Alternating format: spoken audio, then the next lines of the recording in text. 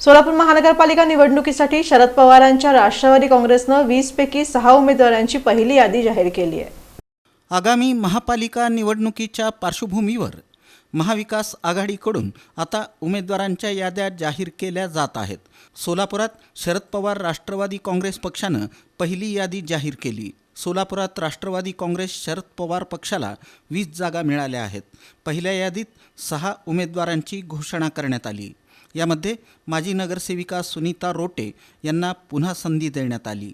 सोलापुरात राष्ट्रवादी काँग्रेस शरद पवार पक्षाकडून प्रभाग क्रमांक 1 ड मधून राकेश मनोहर सोनी यांना उमेदवारी देण्यात आली।